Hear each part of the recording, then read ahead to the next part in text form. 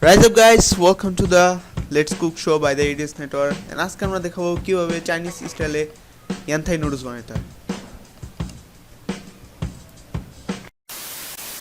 সেটা বানানোর জন্য আমাদের প্রথমে জনপ্রিয় নুডলস লাগবে। এরপরে লাগবে আমাদের হচ্ছে চায়না কলি, গাজর, ফুলকপি, পেঁয়াজ পাতা।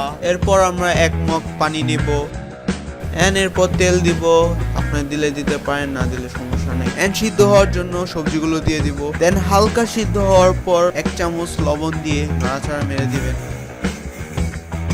এরপর আমরা সেই জনপ্রিয় নুডলসটা দিয়ে দিব।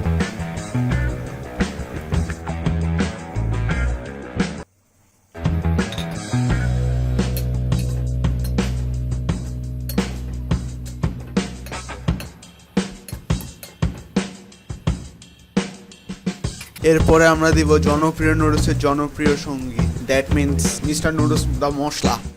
এরপরে আমরা দিব হচ্ছে গুঁড়া মরিচ। তা আপনারা চাইলে দিতে পারেন, না চাইলে সমস্যা নাই, কারণ স্বাদ শুধুমাত্র মানুষই বুঝে।